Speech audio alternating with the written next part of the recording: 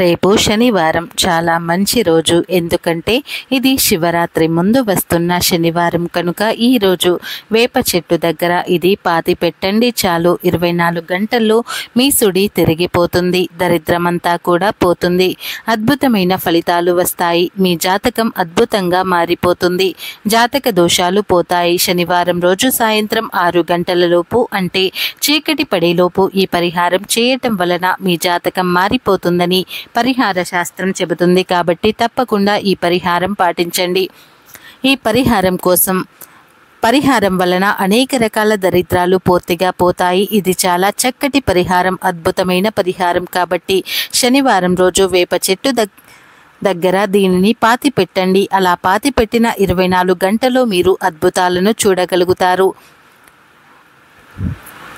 ఆర్థిక సమస్యలు తొలగిపోతాయి, అప్పుల బాధలు పోతాయి, మీరు కోరుకున్నంత ధనం వస్తుంది, ధన ద్వారాలు తెరుచుకుంటాయి, ఆగిపోయిన ధనం మీ చేతికి అందుతుంది, రావాల్సిన లోన్లు వస్తాయి. కాబట్టి శనివారం రోజు ఇంటి దగ్గరలో వేప చెట్టు ఉన్న వారందరూ కూడా ఈ పరిహారం చేసుకోండి.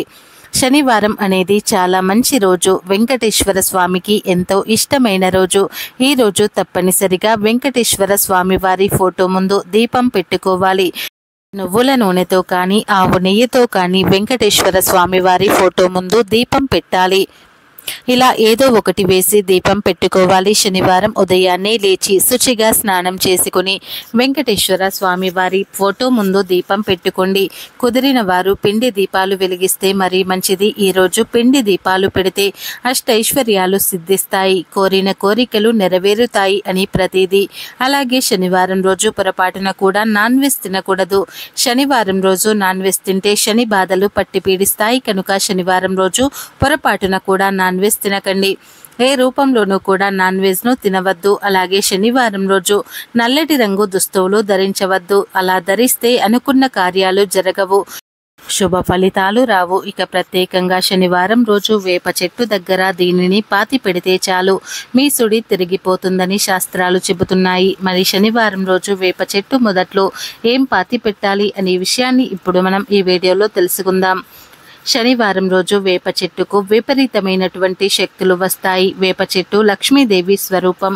వేప చెట్టు అమృత తుల్యమైనది. లక్ష్మీదేవితో పాటు ముక్కోటి దేవతలందరికీ కూడా వేప చెట్టు అంటే ఎంతో ఇష్టం. వేప చెట్టుకు అతీత శక్తులు ఉంటాయి. మన కష్టాలను తొలగించి జీవితాలను అద్భుతంగా మార్చేసే శక్తి వేప చెట్టుకు ఉంది. మన ఆరోగ్యాన్ని మెరుగుపరిచి ఆరోగ్య సమస్యలను తొలగించే శక్తి కూడా వేప చెట్టుకు ఉంటుంది. కనుక శనివారం రోజు వేప చెట్టు దగ్గర ఈ ఒక్క వస్తువును పాతి పెడితే చాలు, 24 గంటల్లో మీ సుడి తిరిగిపోతుందని పరిహార శాస్త్రం చెబుతుంది. ఏమీ లేదు, శనివారం రోజు చక్కగా 2 లవంగాలను 1 స్పూన్ ఆవాలను తీసుకొని మీకు దగ్గరలో ఉండే వేప చెట్టు దగ్గరకు వెళ్ళండి. ఎందుకంటే లవంగాలు ఆవాలు చాలా శక్తివంతమైనవి, సమస్యలను తొలగించే శక్తి వీటికి ఉంటుంది. పరిహార శాస్త్రంలో వీటికి చాలా ప్రత్యేకమైన స్థానం ఉంది. శనివారం రోజు లవంగాలతో ఆవాలతో పరిహారం చేస్తే 100% ఫలితాలు వస్తాయి. లవంగాలు ఆవాలను వేప చెట్టు దగ్గర పాతి పెడితే ఆరోగ్య సమస్యలు పోతాయి, చాలా మేలు జరుగుతుందని శాస్త్రాలు చెబుతూ ఉన్నాయి. లవంగాలకు ఆవాలకు జాతక దోషాలను తొలగించే శక్తి ఉంది, మన జీవితాలను మార్చేసే శక్తి ఉంది. కనుక శనివారం రోజు 2 లవంగాలను 1 స్పూన్ ఆవాలను తీసుకొని వేప చెట్టు దగ్గరకు వెళ్ళండి. లవంగాలను ఆవాలను మీ ఎడమ చేతిలో పట్టుకొని లవంగాలకు ఆవాలతో మీకు మీరే దిష్టి తీసుకోండి. అంటే 7 సార్లు సవ్య దిశలో 7 సార్లు అపసవ్య దిశలో తిప్పండి. అలా తిప్పేసిన తర్వాత వాటిని వేప చెట్టు మొదట్లో చిన్న గొయ్యిలాగా తీసి పాతి పెట్టండి. పాతి పెట్టిన వెంటనే ఇంటికి రావద్దు. అక్కడ ఒక 5 నిమిషాల పాటు వేప చెట్టు దగ్గర కూర్చొని ఆ చెట్టుకు మీ స్నేహితులుగా భావించి వేప చెట్టుకు మీ కోరికను కష్టాలను చెప్పుకోండి, మనస్ఫూర్తిగా చెప్పుకోండి. అలా చెప్పుకున్న తర్వాత తిరిగి ఇంటికి రండి. ఇలా ఈ చిన్న పరిహారాన్ని శనివారం రోజు చేస్తే మీకు ఉండే ఎంత పెద్ద కష్టాలైనా సరే పోతాయి. 24 గంటల్లో ఖచ్చితంగా రిజల్ట్ వస్తుంది. రావాల్సిన డబ్బులు లోన్స్ వస్తాయి, మీ సుడి తిరిగిపోతుంది. సమస్యలు పోతాయి కనుక అందరూ కూడా వేప చెట్టు దగ్గర ఈ పరిహారం చేసి శుభ ఫలితాలను పొందండి. శనివారం రోజు కాకి కనిపిస్తే ఈ ఒక్క మాట అనండి చాలు. శనిదేవుని అనుగ్రహం, వెంకటేశ్వర స్వామి వారి అనుగ్రహం కలుగుతుంది. లక్షలు కాదు కోట్లు వచ్చి పడతాయి. కాబట్టి శనివారం రోజు కాకి కనపడితే ఈ మాట అనండి చాలు. మీ కష్టాలన్నీ పోతాయి, శని బాధలు పోతాయి అని పెద్దలు చెబుతున్నారు. కాకులను చూసి చాలా మంది అసహ్యించుకుంటారు. కాకి ఎదురు పడితే అపశకునంగా భావించేవారు. కానీ కాకి ఎదురు పడినా ఎటువంటి చెడు జరగదు. పని మీద బయటకు వెళుతున్నప్పుడు కాకి కుడి వైపున ఎదురు పడితే ఆ పనిలో విజయం లభిస్తుందని అర్థం. అలా కాకుండా ఎడమ వైపున ఎదురు పడితే చెడు జరుగుతుందని అర్థం. అలా కాకి ఎడమ వైపున వస్తే కాసేపు ఆగి కాళ్ళు చేతులు కడుక్కొని బయలుదేరాలి. లేదంటే మీ పనులలో ఆటంకాలు ఎదురవుతాయి. కాకి తల మీద తన్నితే మరణం వస్తుందని కొంతమంది అంటూ ఉంటారు. కానీ అది మూఢనమ్మకం. కాకి తల మీద తన్నినంత మాత్రాన మరణం రాదు. ఒకవేళ మీకు భయంగా అనిపిస్తే కొన్ని పసుపు నీళ్లు తల మీద చల్లుకోండి, సరిపోతుంది. ఇవి కాకి గురించి ప్రచారంలో ఉన్న శకునాలు. అసలు ఇంతకీ శనివారం రోజు కాకి కనిపిస్తే ఏం చేయాలి అనే విషయాన్ని ఇప్పుడు మనం తెలుసుకుందాం. శనివారం అనేది వెంకటేశ్వర స్వామి వారికి మరియు శనిదేవునికి ఎంతో ఇష్టమైన రోజు. శనిదేవునికి ఎంతో ఇష్టమైన పక్షి కాకి. ఎందుకంటే కాకి శనిదేవుని వాహనం. కాకులను అనవసరంగా కొట్టే వారిని, హింసించే వారిని శనిదేవుడు వదలడు. కాబట్టి అనవసరంగా ఎప్పుడు కూడా కాకుల జోలికి వెళ్ళవద్దు. కాకులతో చాలా జాగ్రత్తగా ఉండండి. ఇక ప్రత్యేకమైన శనివారం రోజు ఏ సమయంలో అయినా సరే మీకు కాకి కనిపించినా లేదా ఇంటి దగ్గరకు కాకులు వచ్చి అరచిన ఆ కాకికి మినుములను కానీ, మినుములతో చేసిన ఆహార పదార్థాలను కానీ, అంటే గారెలు, అట్లు, ఇడ్లీ ఇలాంటివి కానీ ఆహారంగా పెట్టాలి. అవి లేకపోతే ఏదో ఒక ఆహారం పెట్టండి. అలా కాకికి ఆహారం పెట్టిన తర్వాత 3 సార్లు ఓం శం శనీశ్వరాయ నమః అని, అలాగే ఓం నమో వెంకటేశ్వరాయ నమః అని ఈ మంత్రాన్ని 3 సార్లు అనండి. శనివారం రోజు కాకికి ఇలా ఏదో ఒక ఆహారం పెట్టి ఈ మంత్రాలను జపిస్తే శని దోషాలు, జాతక దోషాలు అన్నీ పోతాయి. శనీశ్వరుడే ఐశ్వర్యాన్ని ఇస్తాడు. లక్షలు కాదు కోట్లు వస్తాయి.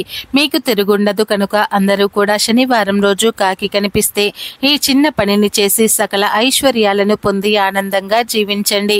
కాకిని కాలజ్ఞాని అంటారు. వేకువజామునే బ్రహ్మ ముహూర్తంలో మేల్కొని స్నానమాచరించే పక్షి కాకి. కావు కావు అంటూ ఈ బంధాలు ఇవి, సిరి సంపదలు ఏవి నీవి కావు అని, శాశ్వతం కావు అని అందరికీ గుర్తు చేస్తూ బోధిస్తూ అందరినీ తట్టి లేపేదే కాకి.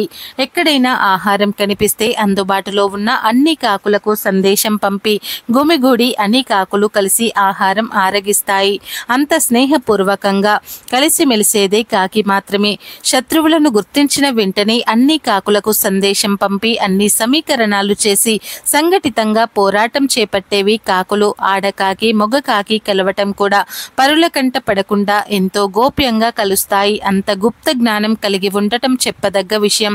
కాకి మరణిస్తే అన్ని కాకులు గుమిగూడి సంతాపం తెలియజేస్తూ కాసేపు అరుస్తూ రోదనలు చేస్తూ స్నానమాచరించి గూటికి చేరి మంచి ఆచరణ కాకులదే. సూర్యాస్తమయం సమయానికి గూటికి చేరి సరైన అలవాటు కాకులదే. అంతేకాదు సూర్యాస్తమయం తర్వాత ఆహారం ముట్టని సద్గుణం కూడా కాకులదే. భూమిపై కాకులు లేని ప్రదేశం లేదు. కాకులు అరుస్తూ ఉంటే ఎవరో కావలసిన బంధువులు వస్తారు కాబోలు. అందుకే కాకి అరుస్తుంది అనేవారు పెద్దలు.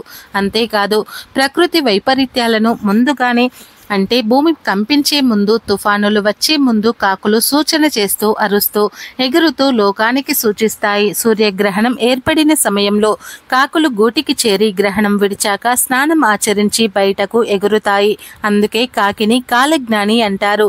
సో ఫ్రెండ్స్, ఈ వీడియో నచ్చితే మీకు లైక్ చేయండి, షేర్ చేయండి. అలాగే మా ఛానల్ని ఫస్ట్ టైం కనుక చూస్తున్నట్లయితే ఇప్పుడే సబ్స్క్రైబ్ చేసుకొని పక్కనే ఉన్న గంట సింబల్ని యాక్టివేట్ చేసుకోండి. అలాగే ఈ వీడియో నచ్చితే కామెంట్ బాక్స్ లో ఓం శం శనీశ్వరాయ నమః లేదా ఓం నమో వెంకటేశ్వరాయ నమః అని తప్పకుండా కామెంట్ అయితే చేయండి. ఈ వీడియోని పూర్తిగా చూసినందుకు మీకు ధన్యవాదాలు.